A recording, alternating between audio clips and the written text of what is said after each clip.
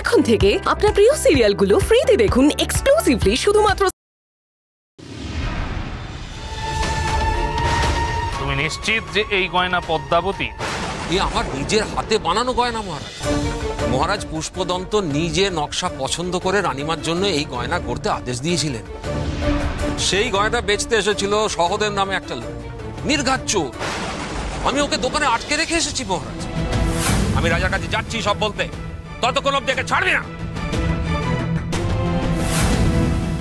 বুঝেছি, গয়না বেচে অন্য সংস্থান করতে চাইছে। এত সোজা? ওদের আরেকটু খেলা।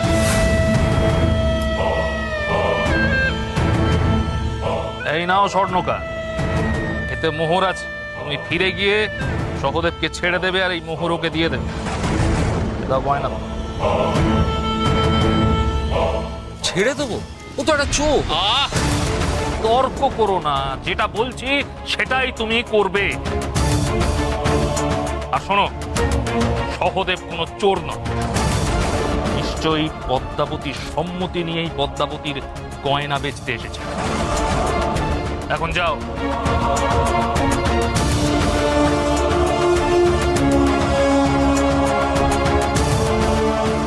মহারাজ, অপরাধ নেবেন না, এতে তো ওদের সুবিধাই হবে। মোহর দিয়ে ওরা জিনিসপত্র কিনবে, ও তো তার অভাবই থাকবে না। এত সহজ? হ্যাঁ, তোমার যদি বুদ্ধি থাকতো তাহলে তুমি গুপ্তচর আর আমি রাজা হতাম। শোনো, এক্ষুনি তুমি হাটে গিয়ে নির্দেশ জারি করো, ওরা যত টাকাই দিক না কেন, যত দামই দিতে চাক না কেন, শীতলাদের কোনো খাবার, সবজি, কোনো জিনিস কেউ যেন বিক্রি না করে। কারণ ওরা এক ঘরে, আর ওদের যারা সাহায্য করবে তাদেরও এক ঘরে করে দেওয়া, তারাও শাস্তি ভোগ করবে। এইবারে দেখি ওই মোহর নিয়ে ওরা কি করে। শেষে ওই মোহর ওদের চিবিয়ে খেতে হবে।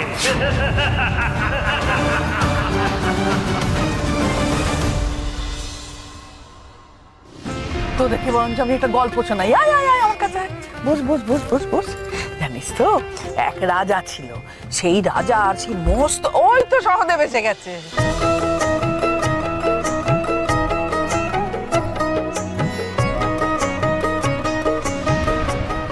মোহরগুলো রাখো।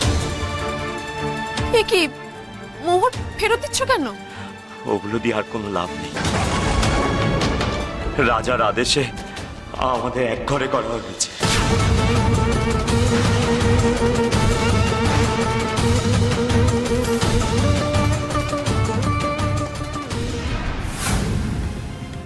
এই ছেড়ে দেন।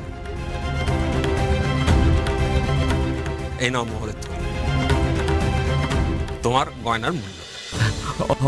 অনেক ধন্যবাদ স্বর্ণকার মশাই। এই মোহরগুলোর আমার খুব প্রয়োজন ছিল, খুব। আমি আসি।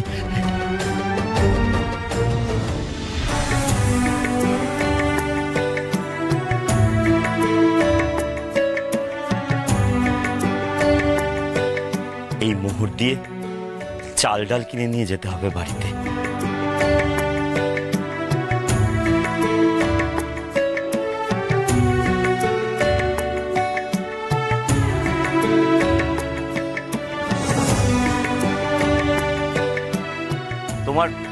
তোমার চালের দাম কত গো? চাল বিক্রি হবে না। বিক্রি হবে না মানে? তুমি তো হাটে চাল ডাল নিয়ে বসেছো বিক্রি করবে বলেই। আর আমি তো পয়সা দিয়ে জিনিস কিনবো। কিন্তু আমি তোমাকে বেচবো না। যাও তুমি দোকানের সামনে থেকে, বিক্রির সময় ঝামেলা করো।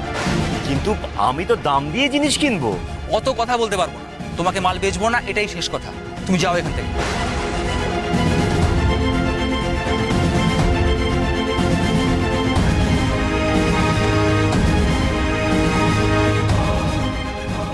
হঠাৎ করে কি হলো কিছুই তো বুঝতে পারছি না। এখানে দোকানদাররা আমাকে জিনিসপত্র বেচতে রাজি হচ্ছে না কেন? আমি তো পয়সা দিয়ে জিনিস কিনবো, তাহলে তাহলে এরা বেচতে চাইছে না কেন?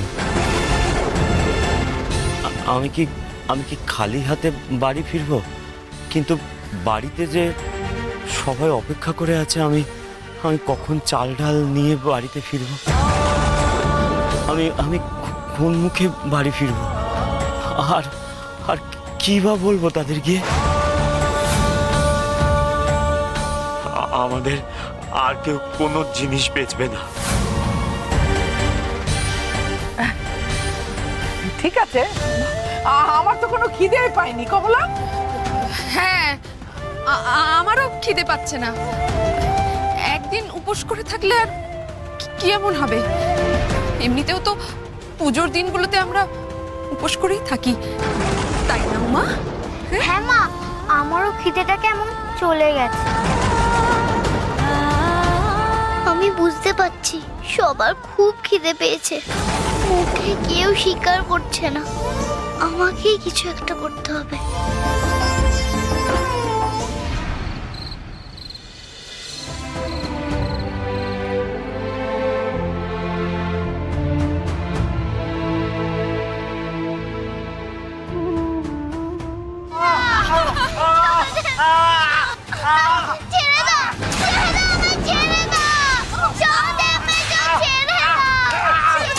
ওকে বেরো না তোমরা।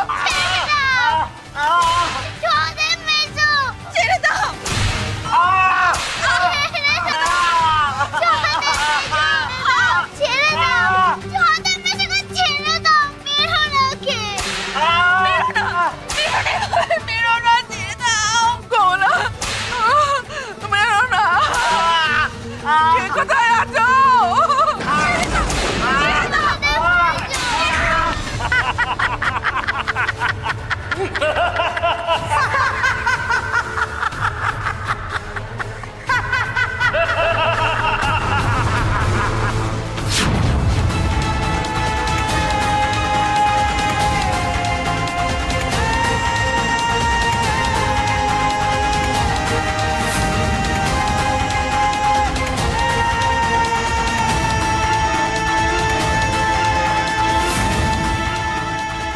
ঘরের চাল বাড়ন্ত পদ্মা, লক্ষ্মীর ঝাঁপিতে দুটো খুদ কুড়ো ছিল, তাই কমলাকে বলেছিলাম বাচ্চা দুটোর জন্য ফুটিয়ে দিতে।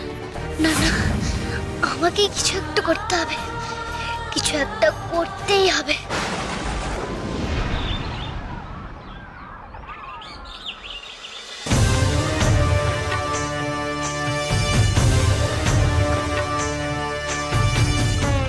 লোকের কাছে চাইবো? আগে তো কোনোদিন কারোর কাছে কিচ্ছু চাইনি। ওই তো ওখানে চাল বিক্রি হচ্ছে,